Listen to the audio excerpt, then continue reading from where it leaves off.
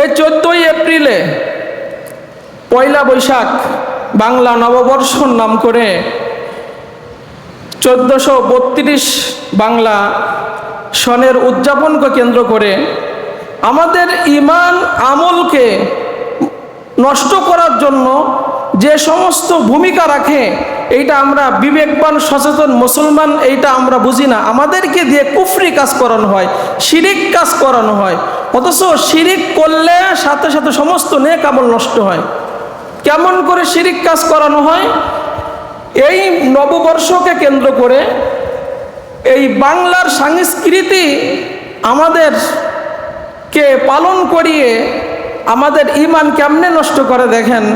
রমনার বটমূলে পান্থা ইলিশের আয়োজন হবে, নারী পুরুষের অবাধ মিলামেশা হবে, বাদ্যযন্ত্র গান বাজনা বাজিয়ে বর্ষবরণ করা হবে, এমনকি মঙ্গল শোভাযাত্রার নামে কুফরি একটা কাজ মুসলমানদেরকে দিয়ে করিয়ে মঙ্গল শোভাযাত্রা করাইয়া আমাদের ঈমান আমল সব নষ্ট করে দিচ্ছে। অথচ আমরা সচেতন বিবেকবান মুসলমান এই সম্পর্কে এতটা উদাসীন আমরা কেউ জানি না। অথচ এইটা সমস্ত হিন্দুয়ানি কালচার, হিন্দুদের সংস্কৃতি, এইটা মুসলিমদের কোনো সংস্কৃতি না। বাংলার সংস্কৃতির নাম করে অমুসলিমদের কালচার, অমুসলিমদের সংস্কৃতি আমাদেরকে দিয়ে পালন করাচ্ছে। তার বাস্তব উদাহরণ মঙ্গল শোভাযাত্রা। মুসলমানেরা দলে দলে এই মঙ্গল শোভাযাত্রায় অংশগ্রহণ করে আল্লাহর সাথে শিরিক করে বাড়ি ফিরতেছে ঈমান আমল নষ্ট করে, খবর নাই। এইটা যেহেতু ইসলামের সংস্কৃতি না, মুসলমানদের সংস্কৃতি না, হিন্দুয়ানি কালচার, হিন্দুদের সংস্কৃতি। আল্লাহ রাব্বুল আলামিন বলেন, ওয়ামাই ইয়াবতাগি গায়রাল ইসলাম দীনান ফালা ইকবালা মিন ওয়া হুয়া ফিল আখিরাতি মিনাল খাসিরিন। যেটা মুসলমানদের রীতিনীতি না, ইসলামের ধর্মীয় সংস্কৃতি না, কোনো ব্যক্তি যদি ইসলামেরটা বাদ দিয়ে বেধর্মীদের কালচার গ্রহণ করে, আল্লাহ রাব্বুল আলামিন বলেন তার কোনো ইবাদত কোনো আমল রব্বুল আলামিনের দরবারে কবুল হবে না। আখেরাতে ওই ব্যক্তি ক্ষতিগ্রস্ত হবে। এটা যে হিন্দুয়ানি কালচার, বেধর্মীদের কালচার, সংস্কৃতি, এটা আমরা কেমনে বুঝবো? তার বাস্তব উদাহরণ মঙ্গল শোভাযাত্রা। সেখানে হাতি, ঘোড়া, পেঁচার ছবি, বিভিন্ন মুখোশ পরে বিভিন্ন ধরনের স্লোগান, কুফরিয়াতের স্লোগান, শিরক যুক্ত স্লোগান আমাদেরকে দেয়া আমাদের ঈমান আমল সব নষ্ট করতেছে। অথচ আমাদের কোনো খবর নাই। আমরা মঙ্গল শোভাযাত্রা অংশগ্রহণ করতেছি, বাদ্যযন্ত্র বাজিয়ে যেটা নিষিদ্ধ, সম্পূর্ণরূপে হারাম, সেইটা আমরা করতেছি। নারী পুরুষের অবাধ মিলামেশা সেখানে হচ্ছে, জিনা ব্যভিচার তো হচ্ছেই। এরপরে পান্থা ইলিশের নাম করে কুফরিমূলক একটা কাজ আমাদেরকে দিয়ে করাচ্ছে, আর মুসলমানরা দলে দলে অংশগ্রহণ করে পান্থা ইলিশ ওই দিনকে কেন্দ্র করে খাচ্ছে। অথচ আপনি যখন কুফরি করেন, শিরিক করেন, শিরিক যুক্ত কোনো কাজ করেন, আল্লাহ রাব্বুল আলামিন বলেন, লাইন আশরাকতা লা ইয়াহবাতান্না আমালুকা ওয়া লা তাকুনান্না মিনাল খাসিরিন। বান্দারে, তুমি যখন কুফরি কোনো কাজ করো, শিরিক যুক্ত কোনো কাজ করো, আল্লাহ রাব্বুল আলামিন তোমার নেক আমল যা আছে সব নষ্ট করে দেয়, সব নষ্ট করে দেয়। এই জন্য যারা মুসলমান সচেতন বিবেকবান, তাদের জন্য এই বর্ষবরণকে কেন্দ্র করে যত অনুষ্ঠান উদযাপন হবে, মঙ্গল শোভাযাত্রা সহ সব কিছু মুসলমানের জন্য এটা সম্পূর্ণরূপে হারাম, এটা নিষিদ্ধ। এইটা যে হারাম, হারাম হওয়ার যতগুলো কারণ আছে, তার মধ্য থেকে 4টা কারণ আপনাদের বলি।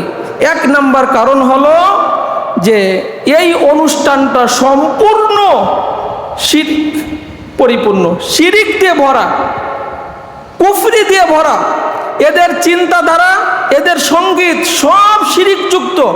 তারা বলে, এই যে স্লোগানগুলো তারা দেয়, যে সঙ্গীতগুলো তারা বলে, তাদের যে চিন্তাধারা, তাদের যে চিন্তা ভাবনা সব কুফরির সাথে, সব শিরিকের সাথে, সব শিরিকপূর্ণ, সব শিরিকযুক্ত। অতএব একজন সচেতন বিবেকমান মুসলমান এইটা কখনো উদযাপন করতে পারে না। এরপরে 2 নাম্বার হারাম হওয়ার কারণ হচ্ছে, ওই দিনে দেখবেন নারী পুরুষের অবাধ মিলামেশা আছে না নাই? আছে না?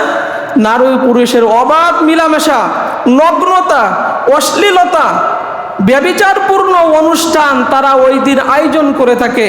একজন মুসলমান কখনো নারী পুরুষের অবাধ খোলামেলা অবাধ মিলামেশা, নগ্নতা, অশ্লীলতা, ব্যভিচারপূর্ণ অনুষ্ঠান কোনো মুসলমানকে সমর্থন করতে পারে?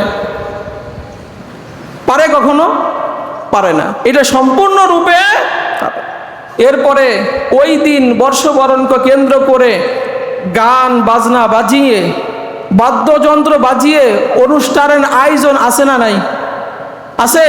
এবার আপনাদের কাছে আমরা বলি, এরকম বাদ্যযন্ত্র গান বাজনা বাজিয়ে অনুষ্ঠান করা এইটা কি জায়েজ না না জায়েজ? এটা হারাম না বৈধ? হ্যাঁ, এটা বৈধ না অবৈধ? অবৈধ না? অথচ নবীজি বলেন, যখন বাদ্যযন্ত্র দিয়ে কোনো অনুষ্ঠানের আয়োজন করা হবে 5টা শাস্তির অপেক্ষা করো। 1 নাম্বার শাস্তি, ভূমিকম্প দিয়ে আল্লাহ রাব্বুল আলামিন ওই জাতিকে ধ্বংস করে দিবেন। আল্লাহ রাব্বুল আলামিন পাথর বৃষ্টি দিবেন, অগ্নিবায়ু দিবেন, বেধর্মীদের জুলুম নির্যাতন তোমাদের উপর চাপাই দেওয়া হবে। বেধর্মীদের জুলুম নির্যাতন মুসলমানদের উপর কম না বেশি? সংখ্যায় আমরা কম না বেশি?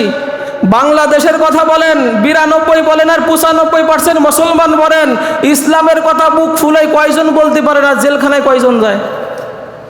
অত মুসলমানের কোরআনের কথা, মুসলমানের হাদিসের কথা, তাহলে সংখ্যায় বেশি হওয়ার পরেও কোরআনের কথা বলা যায় না, জেলখানায় যেতে হয়, রিমান্ডে যেতে হয়। তাহলে বেধর্মীদের জুলুম নির্যাতন, কিন্তু এখন মুসলমানের অনুষ্ঠান, যে কোনো অনুষ্ঠান মুসলমানের বাদ্যযন্ত্র গান বাজনা না হলে পূর্ণতা পায় না। আমরা দেখতেছি না এইগুলা? এতটা আসক্ত হয়ে গেছি আমরা, এই জন্য বেধর্মীদের জুলুম নির্যাতন আমাদের উপর আল্লাহ তাআলা অটো চাপাই দিছেন। এরপরে সময়ের অপচয় আসে না নাই? অনার্থক কথাবার্তা, বাজে কাজ, বাজে কথা এর মধ্যে আছে। এই জন্য একজন সচেতন বিবেকবান মুসলিম কখনো বর্ষবরণকে কেন্দ্র করে এই সমস্ত মঙ্গল শোভাযাত্রা, পান্থা ইলিশ খাওয়া, নারী পুরুষের অবাধ মিলামেশা এবং বাদ্যযন্ত্র বাজিয়ে বর্ষবরণ করা কখনো সমর্থন করতে পারে? পারে? এটা কুফরি কাজ, নষ্ট হয়ে যাবে ঈমান, আমল নষ্ট হয়ে যাবে, নামাজগুলো নষ্ট হয়ে যাবে, ইবাদত বন্দেগী সব নষ্ট হয়ে যাবে। খবরদার, আমরা মুসলমানদেরকে সচেতন করতে চাই যে আমাদের মুসলমানের ছেলেমেয়েরা, যুবক ভাইয়েরা, যুবক বোনেরা যেন এই সমস্ত কালচারের সাথে সম্পৃক্ততা হয়ে আমাদের ঈমান আমল যেন আমরা নষ্ট না করি। প্রত্যেকের দায়িত্ব হচ্ছে ঈমান আমল যার যার জায়গা থেকে এটা বাঁচানো।